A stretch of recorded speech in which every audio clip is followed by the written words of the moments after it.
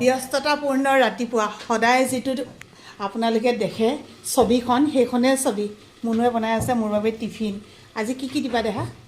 আজি ভেন্দি ভাজি, অমলেট আৰু সিমানেই আৰু আজি ন হ'ব। তুমি মৰমেৰে দি যোৱা দুটা বস্তুৱে মই একদম তৃপ্তিৰে খাই দিওঁ। দিনটোৰ মূৰত কিবা এটা খাওঁ, সেই কিবাটোৱে হৈছে মৰমেৰে দি যোৱা মুনুৱে এয়া ৰুটি চব্জি যি দি যায়। ভেন্দি ভাজি মই খাই ভাল পাওঁ। পটককৈ আকৌ কমেণ্ট নকৰিব যে এই ৰুটিৰ লগত ভেন্দি ভাজি খায়। ভাল লাগে, বহুত ভাল পাওঁ খাবলৈ। আৰু বিশেষকৈ কণী আমলেট দিব যে সেইটো আৰু হৈয়ে যায়। অৱশ্যে এয়া মই নিজে গুলি থৈ গৈছিলোঁ অলপ আগত, তাই বনাই দিব আৰু তাই আমলেটটো বৰ ধুনীয়াকৈ বনায়। হয়নে? সঁচাকৈ হয় আকৌ। খালি এটা কথা ক'বলৈহে আহিছিলোঁ মই বাৰু তাত খাম, কিন্তু বৰ ডাঙৰ ভুল এটা হয় মানুহৰ জানা, ৰান্ধনীয়ে নাখালে মানে বাকীবিলাকৰ খাই ভাল নালাগে। কালি নিচিনাকৈ যাতে তুমি 2টা বজাই নিদিয়া আকৌ। 2টা নহয় কি 2:30 বাজি গৈছিলে কালি।